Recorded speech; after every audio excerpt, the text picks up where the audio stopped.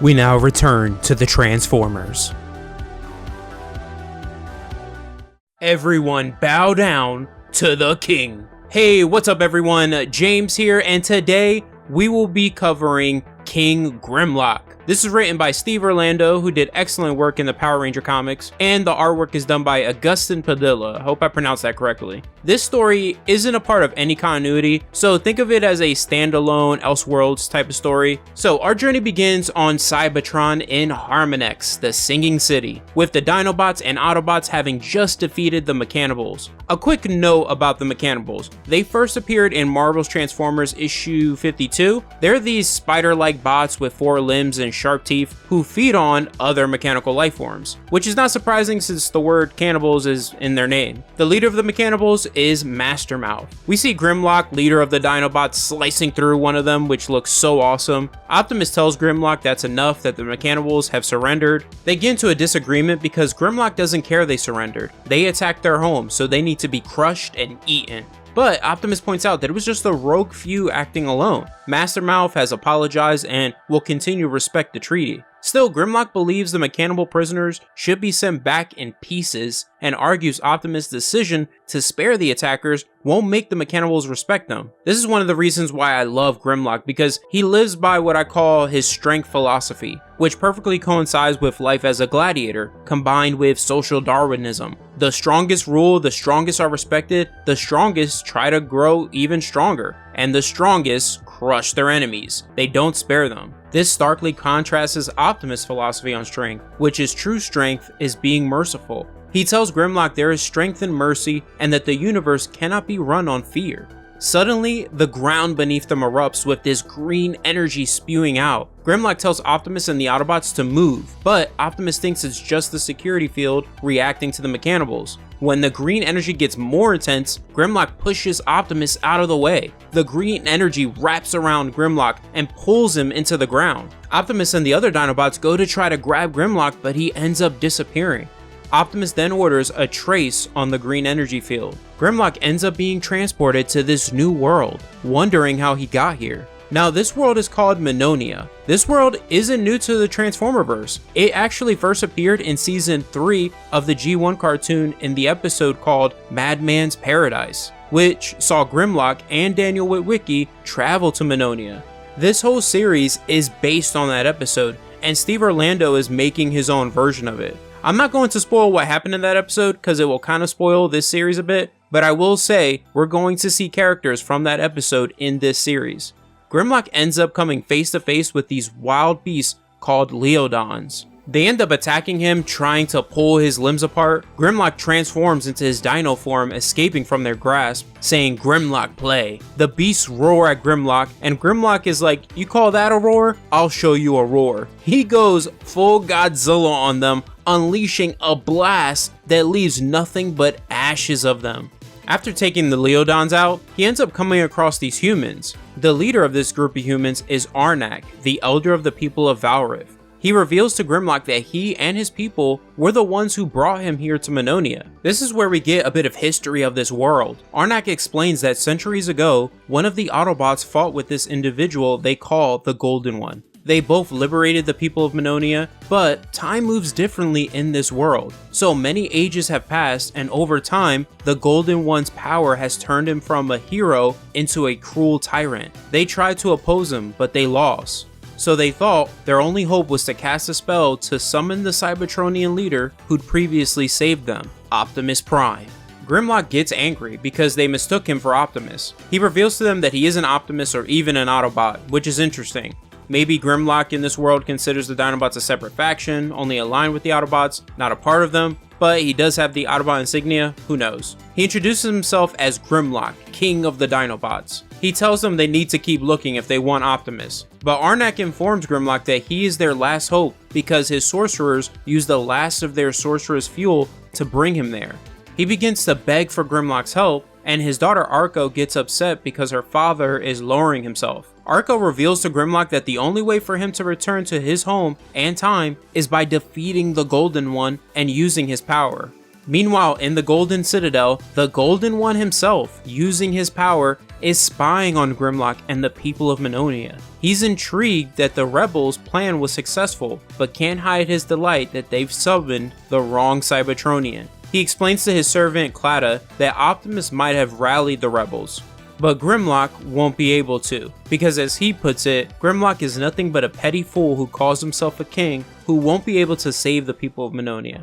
Arnak, continuing to plead for Grimlock's help, shares the details of the Golden One's tyranny that's taken a huge toll on the people. He explains that the Golden One has raided their homes in the form of a mighty dragon, burning everything to ash and killing many loved ones. He punishes all Minonians who worship the anti-sun instead of worshipping him as Soltron's chosen. Now, Soltron, will learn more about him later. Grimlock ends up still refusing to help them, and his reason why does make sense. He tells Arnak that him fighting their battles for them won't make the people of Minonia strong. They can only gain true strength if they save themselves. This is another example of how Grimlock and Optimus's view on strength differs. In the past, Optimus used his strength to help the people of Minonia because he possessed the strength to help those who were too weak to help themselves.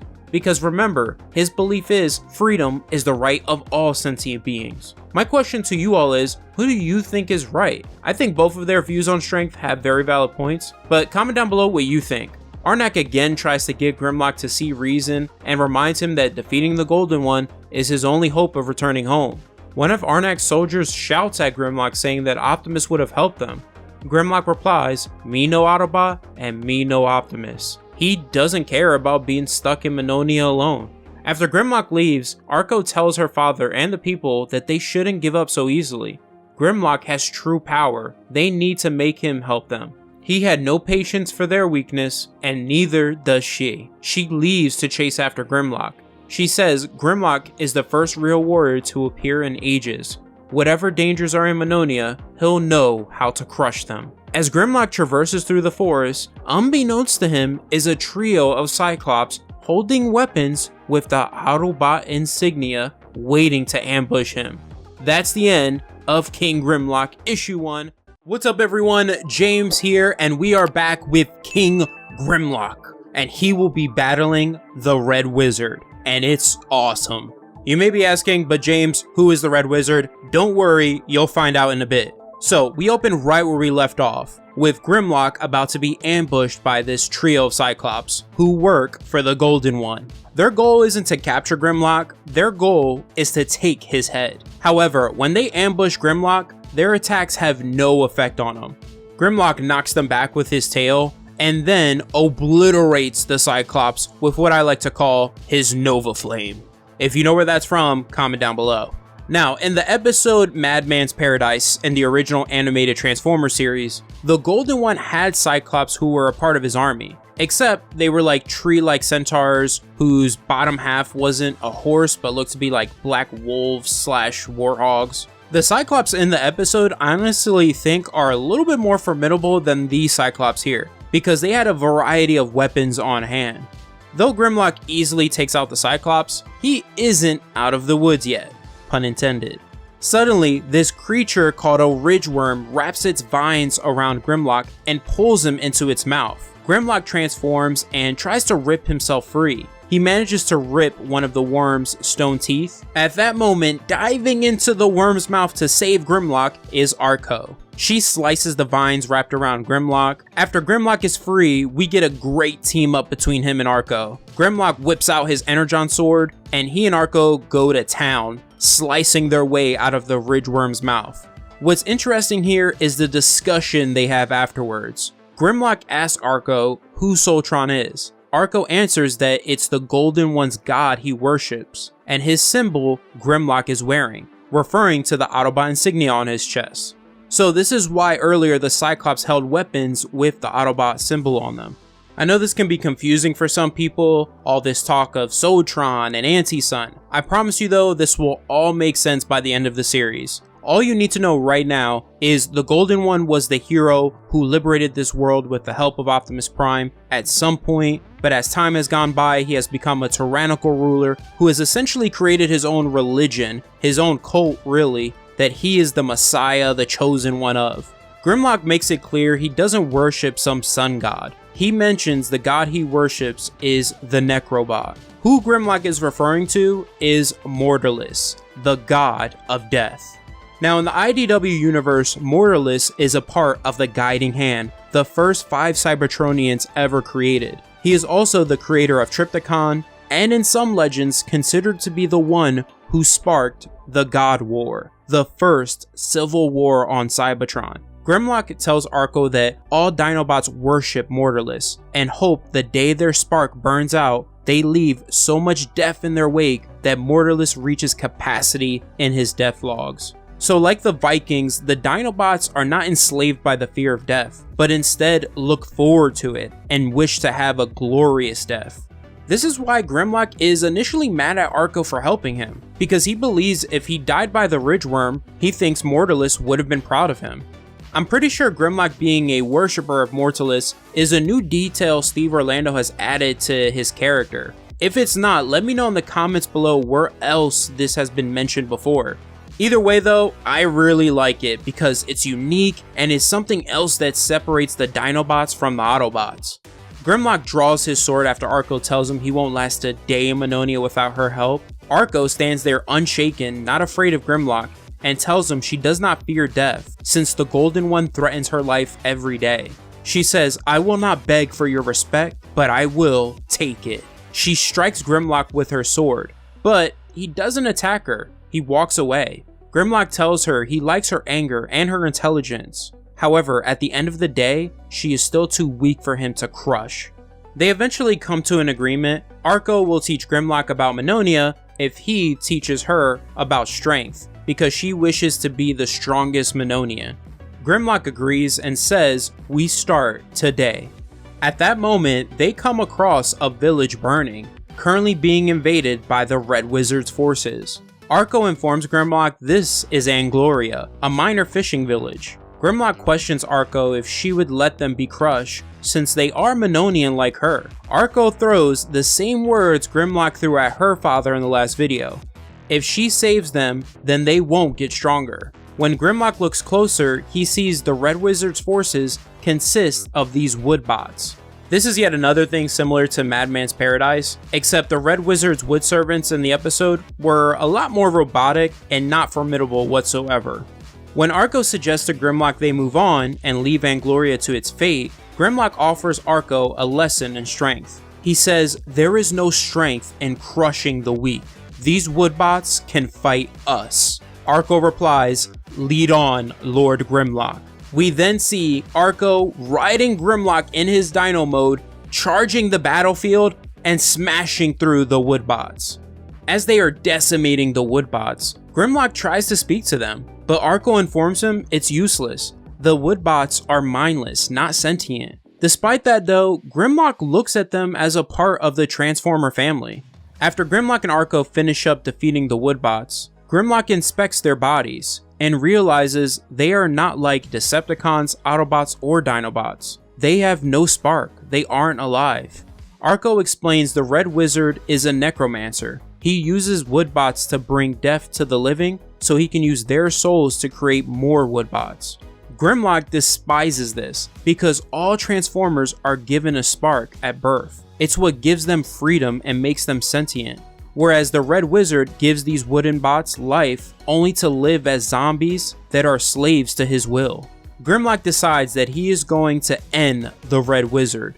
Arco tries to warn him that the Red Wizard is powerful and that even the Golden One tries to avoid him. She's also pissed that Grimlock will fight for the Anglorians but not for her people. From here we go to the Golden One. One of the Cyclops who attacked Grimlock survived and is pleading for his life. The Golden One zaps him into dust. Even though Clada questions if he's still sure that Grimlock will not fight for the people of Minonia, the Golden One is still not worried about him. He's still confident that Grimlock only fights for himself and at the end of the day will disappoint the Minonians. And he mentions if Grimlock battles the Red Wizard, he will basically be doing him a favor.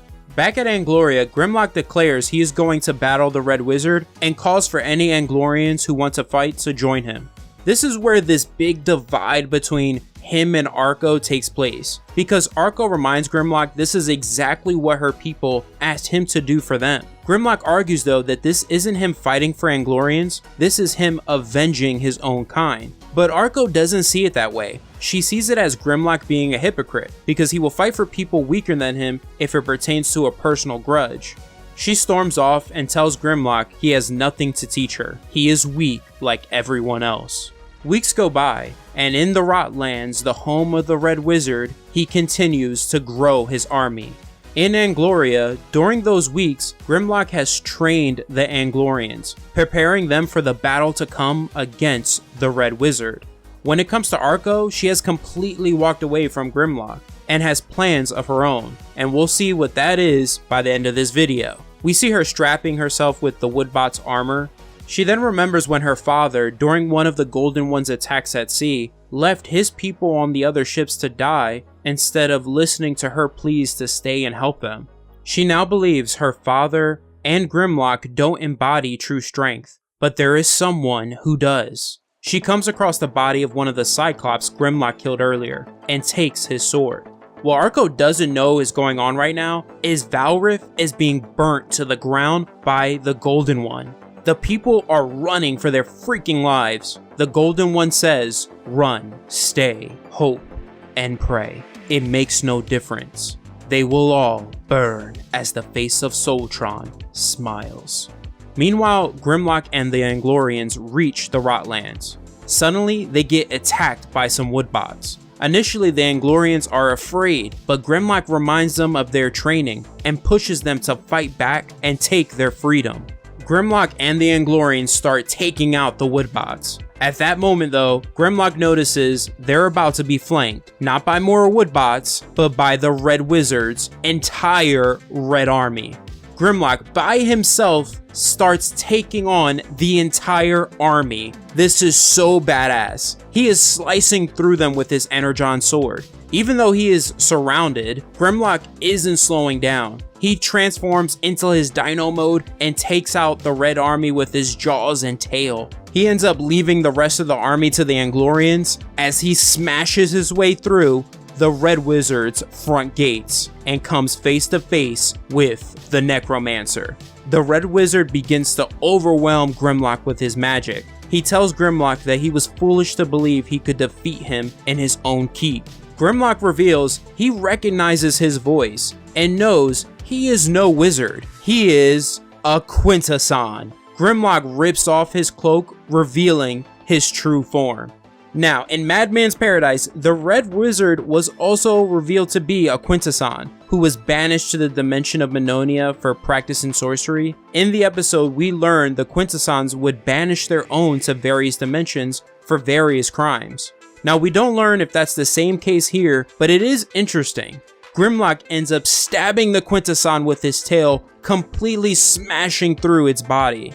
As the Quintesson dies, it tells Grimlock that Soltron's Energon is spread throughout all of Minonia, and warns him he won't be enough to defeat the Golden One. Now, we'll learn what he means by that by the end of this series. In the meantime though, Grimlock and the Anglorians are victorious. Arnak and his people who survived the Golden One's raid arrive in the Rotlands. He informs Grimlock of the Golden One's attack and asks the whereabouts of his daughter Arco. Grimlock tells him that Arco isn't here and that he will fight for the people of Minonia against the Golden One. He says Optimus says freedom is the right of all sentient beings, but he is wrong. Justice is the right of all sentient beings. Returning to Arco, the one person she was talking about earlier that she believes embodies true strength in Minonia is the Golden One. She arrives at his citadel and decides to join him in order to gain more strength. That's the end of the video. What's up everyone? James here, and we are back with the end of King Grimlock, where he will be battling the god of the sun, Soltron. If you're wondering why I didn't say the Golden One, you'll find out soon. So we begin right where we left off in the last video, with Arco joining the Golden One. Now that she's joined him, the Golden One bestows her with a portion of his power. However, he tells her she must sacrifice something to make up for her past sins, being a former worshiper of the anti-sun. As this is going on, we see a glass container of what is Soltron's energon. The Golden One asks Arco what she will sacrifice. Arco answers, "I will sacrifice Grimlock." From here, we go to Grimlock. After helping the Glorians reclaim the Red Wizard's Keep, he inspects the Quintesson judge's body. He realizes this energon of Soltron coming out of the judge's body isn't normal energon. It's more than that. And at that moment, the energon attacks him, and Grimlock mentions that the energon wants to consume him. He transforms and destroys it with his Nova Flame. Shout out to those who commented in the last video where that's from. Now, I kind of lied to you guys in the last video because I was trying to throw you all off. I said that the Quintesson judge said to Grimlock he won't be enough for the Golden One. But that actually isn't who he was referring to, and that's not the only thing he said. After he said Soltron's blood is spread throughout all of Minonia, and that he would have defeated the Golden One if it wasn't for Grimlock, he also said, "Unlike the Golden One, I would not have fallen prey against him. You will not be enough." The him he was referring to is Soltron himself. So what this reveals is the Golden One, who was once the hero of this world, didn't decide to become evil one day out of the blue. He was truly corrupted by the source of his power. Later, this is what Grimlock reveals to the Minonians, that the blood of Soltron, in his words, is poison, and tells them it's going to take all of them together to defeat the Golden One. The elder of the Anglorians, Neria, tells Arnak that though his people may have spent their sorcerer's fuel to bring Grimlock to Minonia, her people still have plenty of theirs to use against the Golden One. Grimlock overhears this and says that it's great news, because the people of Minonia have to do something that he can't. What that is, we'll find out in a bit. The next day, Grimlock shows up at the bridge to the Golden One's tower, ready to fight. The Golden One answers his call to fight with a whole host of these beasts he's created. One of them here looks like Goro from Mortal Kombat, just without the 4 arms. Clada, leading this host, introduces himself to Grimlock, and he basically tells Grimlock to submit to the Golden One. Grimlock notices Arco alongside the Golden One, and he accuses Clada and the Golden One of tricking her and corrupting her to their side. But Clada tells him they didn't have to because the Golden One is destined to rule this world. Grimlock says the Golden One is no king, only sick and cruel, and Grimlock crushes cruel. Clada replies, "I see. Shall I relay that to my master?" Grimlock says, "No need," and front kicks Clada right in the face and says, "Who else wants talk?" The final battle for Minonia begins. Though the Golden One's forces are able to catch Grimlock off guard and disarm him, that doesn't stop him. He starts going to work on them. He headbutts one of the Cyclops and then takes another one by the legs and uses his body to bash through the Golden One's army and then launches him into them. Say what you want about this series, but you have to admit Grimlock's fights are awesome. As that's going on, Arnak and Neria are using their sorcerer's fuel to summon a solar eclipse to block out the Golden One's connection to the sun in order to weaken his power. So if you don't know what exactly a solar eclipse is, it's what happens when the moon passes between the sun and whatever planet it's orbiting. In our case, it would be Earth. But this right here is what the Minonians have been worshipping as the anti-sun, the moon itself. This pisses off the Golden One. He transforms into his dragon form and flies onto the battlefield. And once he reaches the battlefield, he grabs Grimlock and bites into Grimlock with his teeth that are strong enough to pierce through his frame. Grimlock says, "Good bite, bird, but you should have bit the head." Now Grimlock bite back. Grimlock transforms and bites the Golden One right back. They both crash land. Grimlock informs the Golden One that he knows the truth. He knows that he is a puppet of Soltron, that he's been corrupted by this entity, and urges the Golden One to fight back against his control. The Golden One tells him he cannot face the power of Soltron. Suddenly, Soltron himself speaks through the Golden One. He tells Grimlock he knows his game. He cannot goad him out of the Golden One. He owns his body and has been in Minonia for generations. The Golden One then speaks to Grimlock, admitting to him that though Soltron gave him the power to save Minonia at one point, throughout all the years since then, he has been whispering in his ear, slowly taking control, and he's tired of suffering. Soltron takes full control of the Golden One's body at that moment, unleashing his power. He says to Grimlock, "You dare challenge the god of the sun itself. I did fear your arrival, but now look at you, a straw in a hurricane. I am a force of nature. You think you can cleanse me from this world, this body?" Grimlock replies with the most badass response, "I'll keep fighting until I'm nothing but circuits and servos for you to choke on." The Golden One, inspired by Grimlock's defiance in the face of Soltron's overwhelming power, uses the last of his power and will to expel Soltron from his body. An explosion of magic occurs, and we then see Soltron's true form. I really like this image here of Soltron's true form. As the Golden One lays dying, he thanks Grimlock for giving him the strength to free himself. Grimlock honors his death, but unbeknownst to him and Arco, who's watched all of this unfold from the Golden One's tower, Soltron isn't gone. He speaks to Arco, and she initially refuses to be taken control of like the Golden One, but Soltron tells her she will become an avatar of his because she's afraid of not being strong enough, and only his power will quiet that fear. Arco ends up accepting his power. Soltron takes control of her and clads her with even more magical armor.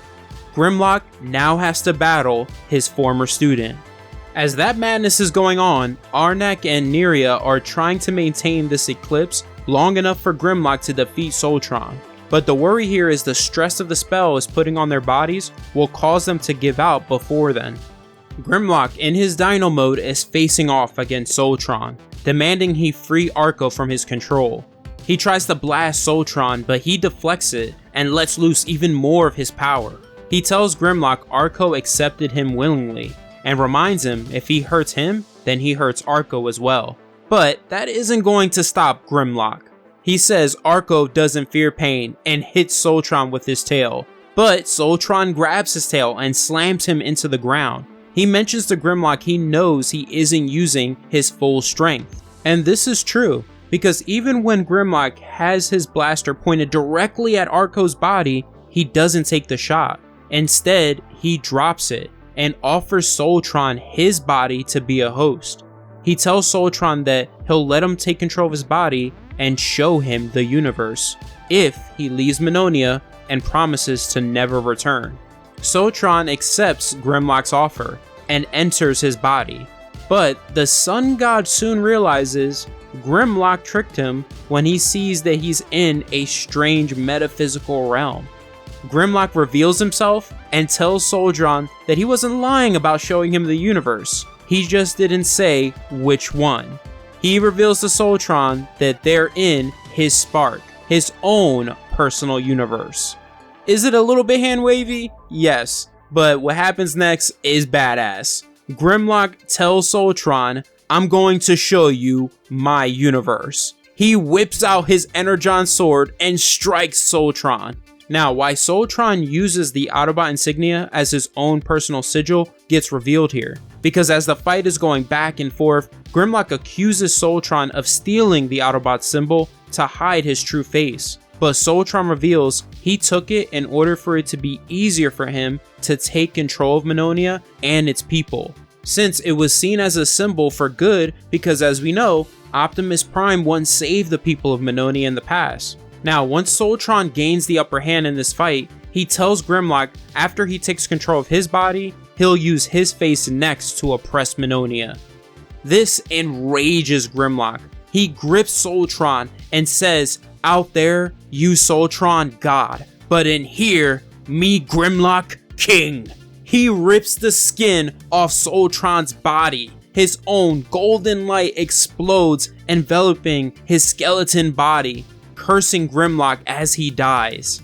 Grimlock then awakens in the real world and is met by Arco. Sometime later, she asks him why he would save her when she did accept Soltron's power. Grimlock tells her it was his fault and admits that he taught her wrong when it comes to the meaning of true strength. He says it's wrong for the strong to fight people's battles for them, but it's cowardly to not fight with them.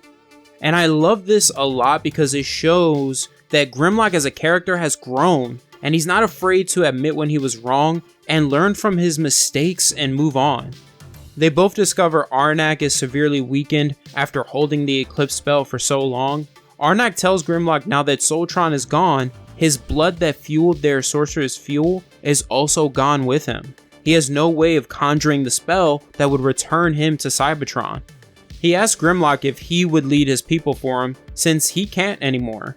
Grimlock answers that he's come to like Minonia and doesn't want to go back to soft Cybertron, but says they don't need him. He wouldn't have won against Soltron without their help, and if they want a leader, they already have one, Arco. Arco, shocked at the suggestion, argues she abandoned her people and they'll never trust her.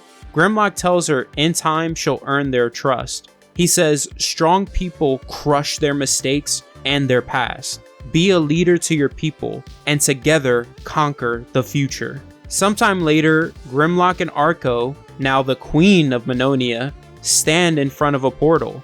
We learn through their conversation that they were able to conjure this portal using a fraction of Grimlock's spark. They say their goodbyes and Arco says to Grimlock, "You have the thanks of your terrible student." Grimlock replies, "Terrible? That is the best kind of student, angry Arco. That's the only good kind." At that moment, Grimlock gets pulled through the portal by Optimus Prime.